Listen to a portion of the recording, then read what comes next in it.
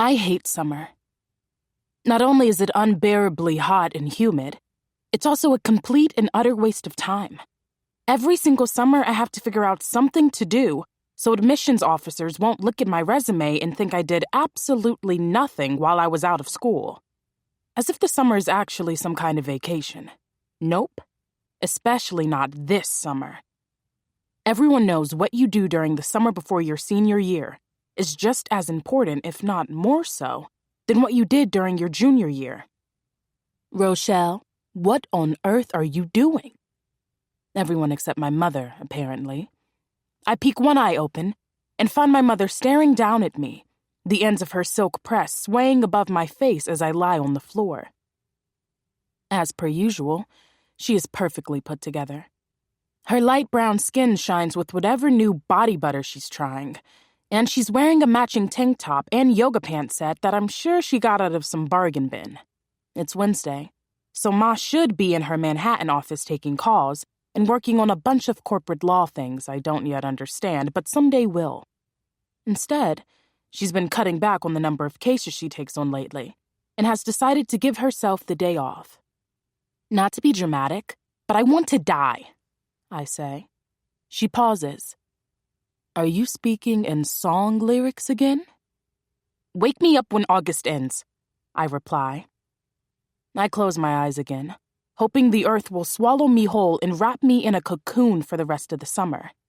It'll be like the opposite of hibernation, and I could write an extensive research paper on it that would win me the Nobel Prize. And then I'd get into a good college. My mother lets out an exasperated sigh. I don't have to look up to know she's rolling her eyes. Ma and I don't look that much alike. She's light, I'm dark. She's tall and slim. I'm short and have needed a D-cup bra since I was 13.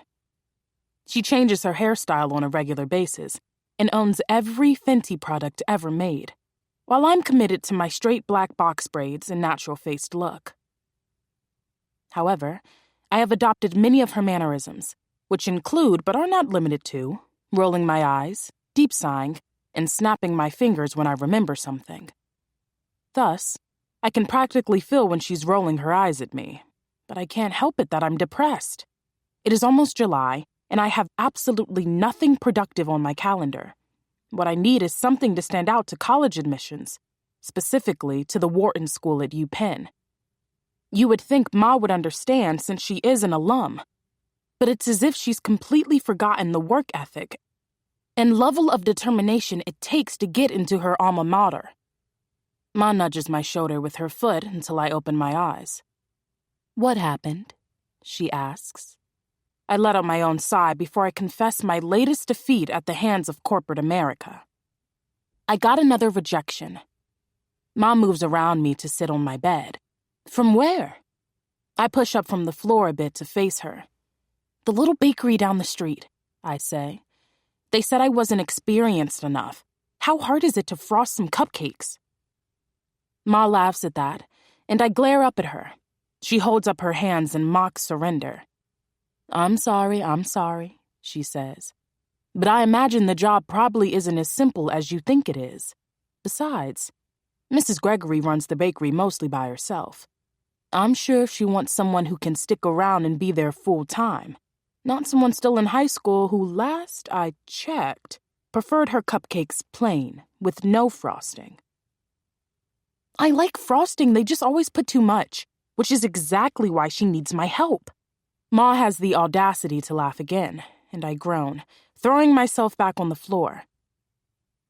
This is no laughing matter, Mother, I say. I need a job. It's the one thing I'm missing for these college apps. I've done the enrichment programs, volunteering, and even summer classes. But I'm 17 and I've never had a real job. Not unless you count my tutoring gig, which I do not, since, volunteering, everyone does that. And you know how Wharton is. They don't just want some typical straight-A student. Academics is just one part. They want leaders, not lazy soon-to-be seniors who can't even get a job at the bakery. How will it look for me to apply to business school when I don't even have anything on my resume?